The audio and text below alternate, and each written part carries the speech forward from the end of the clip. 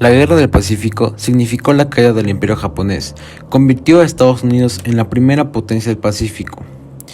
El día de la victoria del Pacífico fue cuando Japón se rindió en 1945, el 15 de agosto para ser exactos.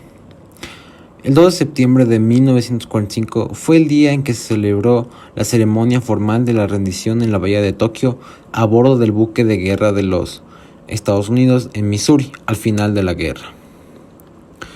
Entre muchos de estos personajes hay uno que destacó durante esta guerra, que se llama Kawamoto. Él fue de mucha ayuda, ya que él tradujo e interrogó a prisioneros japoneses para el servicio de inteligencia militar del ejército en el Pacífico, por lo que él recibió una medalla de oro del Congreso, en el inglés, por su servicio.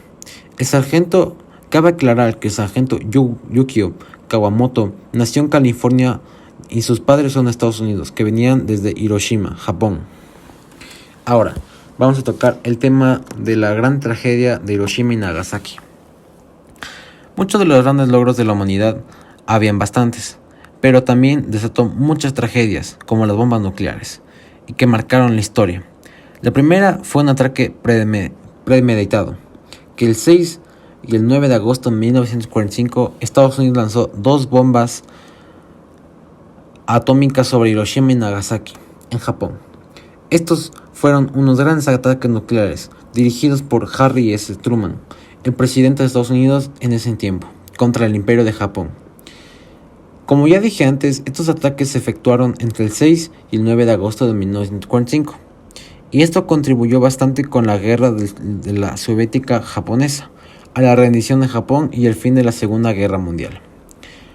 Generalmente se estima que a finales de 1945 las bombas habían matado a 166,000 personas en Hiroshima y 80,000 en Nagasaki. En total fueron como 246,000 muertes, y solo la mitad de los días fallecieron. Entre las víctimas, entre un 15 y 20% de las lesiones fueron o por enfermedades atribuidas al envenenamiento por la radiación.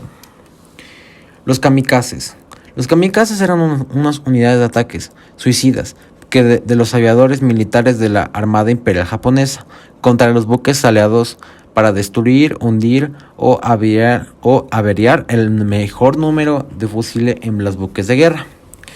En sí, los kamikazes eran pilotos japoneses jóvenes que lanzaban sus aviones contra los barcos enemigos, ya que no tenían suficiente combustible para llegar a una base segura. El ataque kamikaze era un tema muy controvertido y polémico, porque en este caso el piloto o la tripulación entera de un avión atacante moría y se eliminaba la probabilidad de rescate, y una vez comprometida esa inmersión mortal, era imposible sobrevivir al ataque generalmente. Los lanzallamas. En el Pacífico, el ejército de Estados Unidos ocupó lanzallamas M1 y M2 para despejar las posiciones defensivas, las cuevas y las trincheras japonesas.